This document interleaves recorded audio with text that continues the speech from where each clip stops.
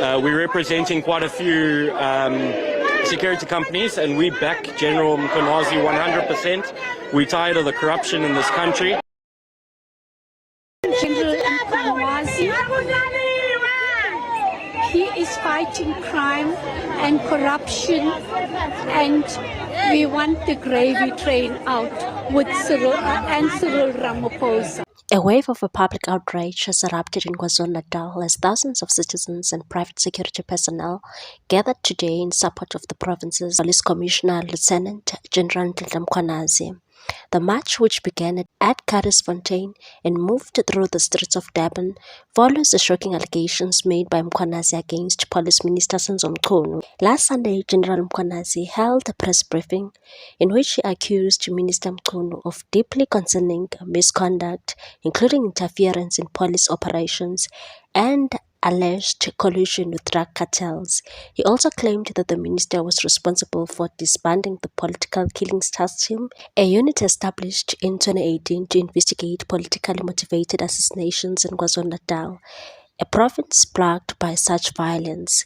Mkhwanazi presented what he described as irrefutable evidence implicating Mchunu in a web of corruption and deceit. Among the most damning claims was that the minister's alleged relationship with Brown Mokgotsi, a businessman believed to be financially supporting the minister.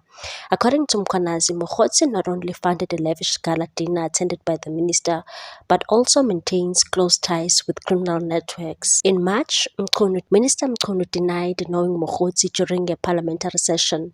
However, in light of Mkhwanazi's revelations, the minister has since conceded that he is, in fact, acquainted with him, dismissing the relationship as nothing more than a political affiliation.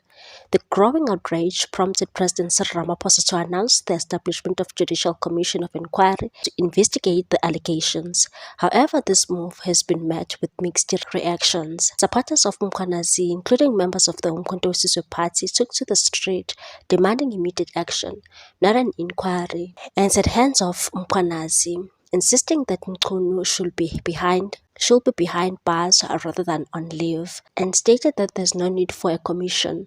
The evidence is there. Mchunu must go. The Umkhonto we Sizwe Party has accused the government of dragging its feet and protecting political elites. Protesters also voiced frustration with President Ramaphosa, with many calling for his resignation if a decisive action is not taken. South Africans are tired of commissions and they want justice. Today's march drew an overwhelming turnout, with thousands uniting in Durban to demand accountability and transparency. The rally was described by organizers as a peaceful but powerful demonstration of public frustration and a call for justice. As the nation awaits the outcome of the commission, pressure is mounting on the presidents to act decisively. The credibility of the country's leadership and the integrity of law enforcement hang in the balance. The African National Congress has also released a statement with regards to Mkhwanazi's allegations. The statement reads as follows: The ANC welcomes the announcement by President Ramaphosa's establishment of a Judicial Commission of Inquiry. The African National Congress welcomes the announcement by President Cyril Ramaphosa to establish a Judicial Commission of Inquiry into the serious allegations made by Lieutenant General Mkhwanazi. We welcome and support the President's decision to place Minister Senzo Mchunu on leave of absence pending the outcome of the inquiry. Decisive action reaffirms the President's commitment to the rule of law. It is a clear demonstration of the seriousness with which the President and government respond to allegations of corruption and criminal conduct, regardless of who is involved.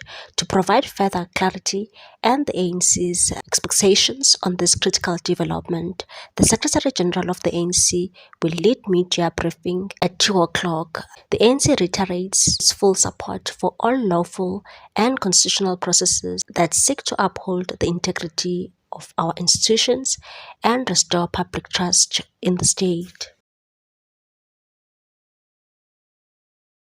What's the take on this one, people? Thanks for watching. Please subscribe for more news.